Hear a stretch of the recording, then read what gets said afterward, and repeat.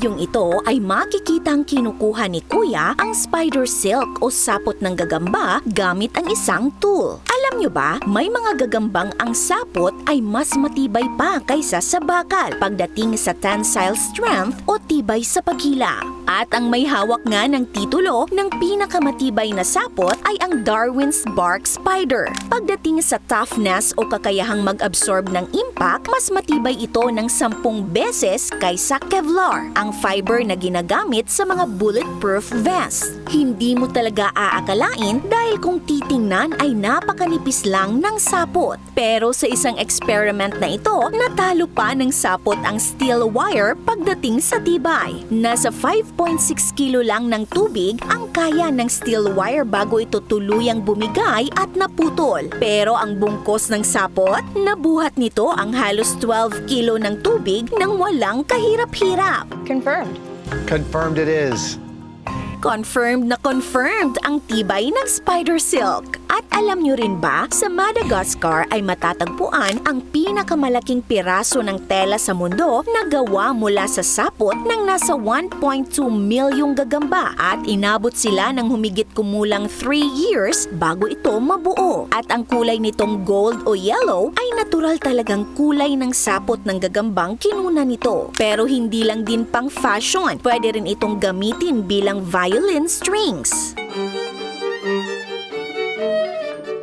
At dahil sa kakaibang kakayahan ng sapot ng gagamba, nabuo ang spider goats. Ang mga kambing na ito ay nagpuproduce ng sapot mula sa gatas. Paano ba ito nangyayari? Ang spider silk o tinatawag nating sapot ay isang protein fiber na pinoproduce ng mga gagamba. Ginagawa nila ito sa tulong ng mga organ na tinatawag na spinnerets na matatagpuan sa ibabang bahagi ng kanilang katawan. Iba't ibang uri ng silk ang nagagawa ng gagamba depende sa uri nito. Ginagamit nila ito upang makahuli ng biktima, pagbabalot ng pagkain, maglakbay sa hangin sa paraang tinatawag na ballooning at paggawa ng kanilang tirahan. Pero ang mas nakakahanga rito ay ang pambihira nitong tibay. Ayon sa Smithsonian Magazine, kung ihahambing batay sa timbang, maaari itong maging kasing tibay o mas matibay pa kaysa sa bakal. Mas matibay din kaysa sa synthetic na material na Kevlar at mas elastic kaysa rubber. Ayon sa mga pag-aaral, ang silk ng Darwin's Bark Spider mula sa Madagascar ang itinuturing na pinakamatibay na biomaterial. Mayroon itong toughness level na umaabot sa 520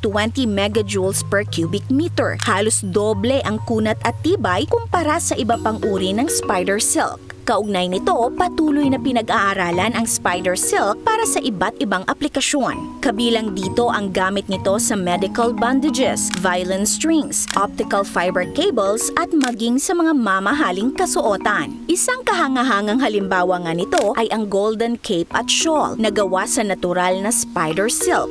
Ang telang ito ay ginawa gamit ang sapot ng mga babaeng golden orb weaver, specifically red-legged golden orb weaver. Nasa 1.2 milyong gagamba ang ginamit upang makuha ang sapat na sapot. Ayon sa National Library of Medicine, ang compound na xanthorrhenic acid ang pangunahing dahilan ng kulay ginto o dilaw na pigment ng sapot ng golden orb weaver. Pinaniniwalaan na nakakatulong ito sa pag-akit ng biktima at proteksyon laban sa UV light. Inabot ng humigit kumulang 3 years ang paggawa ng golden cape at shawl, kabilang ang koleksyon at paggawa ng mahigit 80 na katao. Ang golden cape at shawl ay dinisplay sa American Museum of Natural History noong 2009. Ngunit sa kabila ng potensyal nito, mahirap i-produce ng maramihan ang spider silk. Hindi praktikal ang pagfa-farm ng gagamba dahil sila ay cannibalistic at hindi sanay mamuhay ng magkakasama. Ibig sabihin, hindi sila pwedeng ilagay sa iisang lugar dahil kakainin lamang nila ang kanilang mga kasama. Kaya naman gumawa ang mga researcher ng synthetic spider silk at ginamit ang kambing na tinawag nilang spider goats. Ito ay mga kambing na genetically modified upang makagawa ng spider silk proteins sa kanilang gatas. Kinuha ng mga researcher ang gene na nagpapatibay sa sapot ng gagamba at isinama ito sa bahagi ng DNA ng kambing na namamahala sa paggawa ng gatas sa kanilang udder o suso. At ang resulta, ang kambing ay magpuproduce ng gatas na may spider silk protein 2018 na siyang ipaprocess para maging artipisyal na sapot. Gayunpaman, nananatiling hamon ang pagre-research para sa mass production ng spider silk.